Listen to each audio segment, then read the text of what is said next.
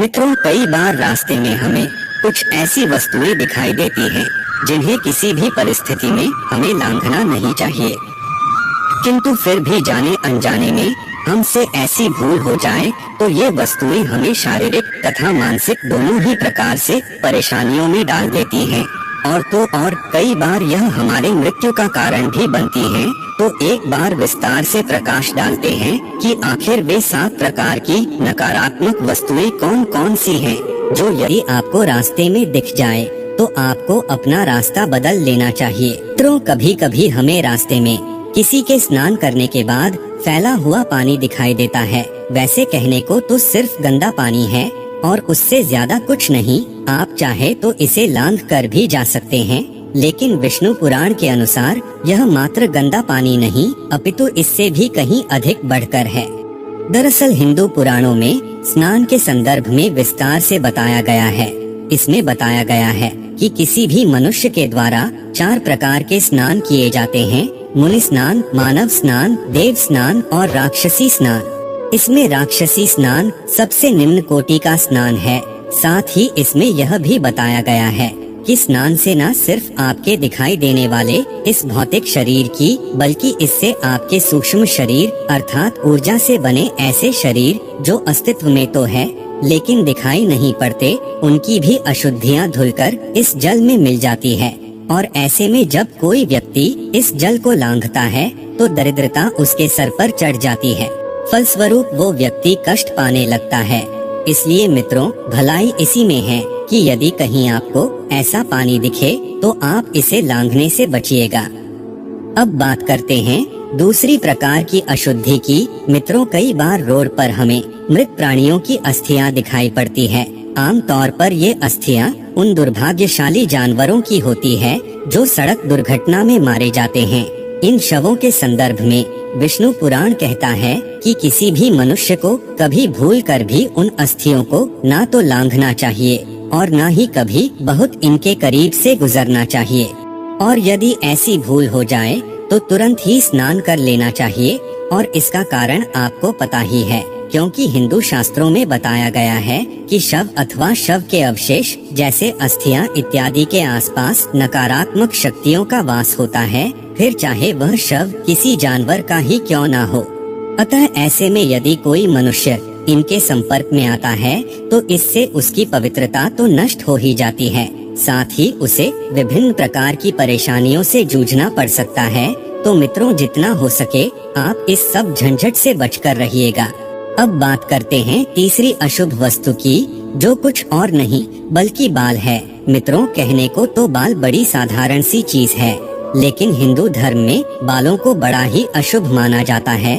बालों के संदर्भ में एक बार महाज्ञानी भीष्म ने अर्जुन से कहा था, यदि कभी भोजन में बाल आ जाए तो भूल कर भी उस भोजन को ग्रहण न करना, क्योंकि फिर उस भोजन पर पिशाचों का अधिकार हो जाता है। इस प्रकार से बालों के संदर्भ में यह माना जाता है कि यह किसी भी मनुष्य के सिर पर भार के समान है। अतः जब कोई व्यक्ति अपने बालों का त्याग करता है तो न केवल अपने बालों को उतारता है, बल्कि बालों के साथ साथ वह अपने उन नकारात्मक विचारों का भी त्याग कर देता है जो कहीं न कहीं उसके कष्टदायक जीवन का कारण बनते थे। और इसी वजह से मौत, मयत अथवा जीवन की नई शुरुआत जैसे शुभ अशुभ अवसरों पर मुंडन करवाया जाता है। अतः दोस्तों, किसी भी व्यक्ति को किसी भी अन्य के कटे हुए बालों को लांघना नहीं चाहिए, अन्यथा बालों का त्याग करने वाले का भार उसे लांघने वालों के सर चढ़ जाएगा। अब बात करते हैं चौथी वस्तु की, और वो वस्तु है भस्म अर्थात राख। मित्रों, ऐसे में होता यूँ है कि जब कभी धार्मिक अनुष्ठान हेतु यज्ञ हवन किए जाते हैं तो भूलवश यज्ञ की राख रास्ते में फैल जाती है।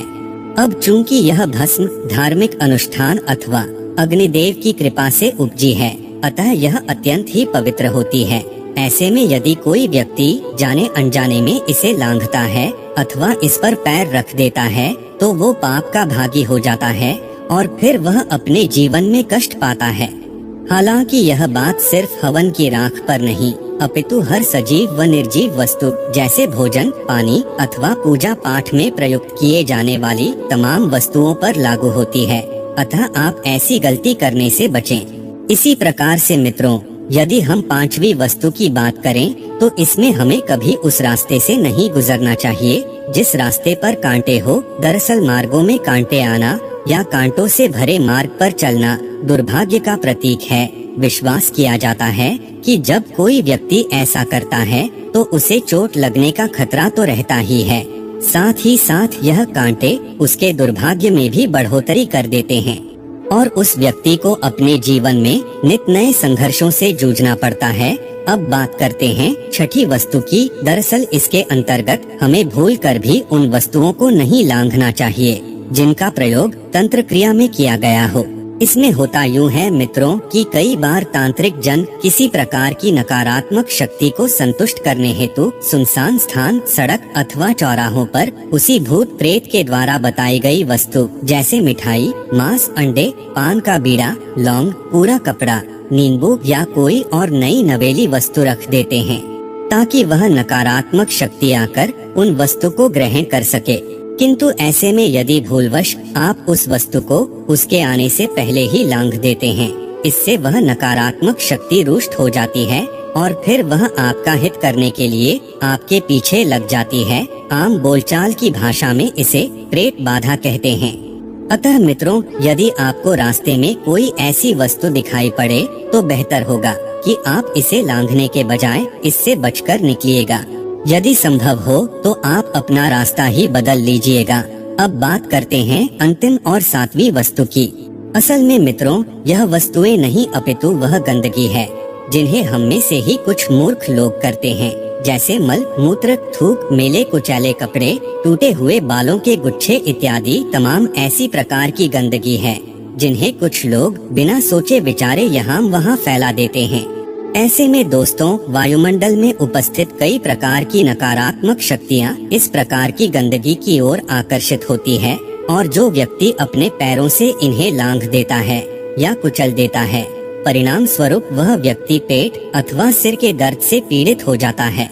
तो मित्रों, ये थीं ऐसे 7 प्रकार की वस्तुएं जिन्हें आपको किसी भी दशा में लांघना नहीं चाहिए, अन्यथा यह चीजें आपकी पवित्रता और शांति को नष्ट करेंगी ही करेंगी, बल्कि कभी कभी यह आपकी मृत्यु का कारण भी बन सकती है।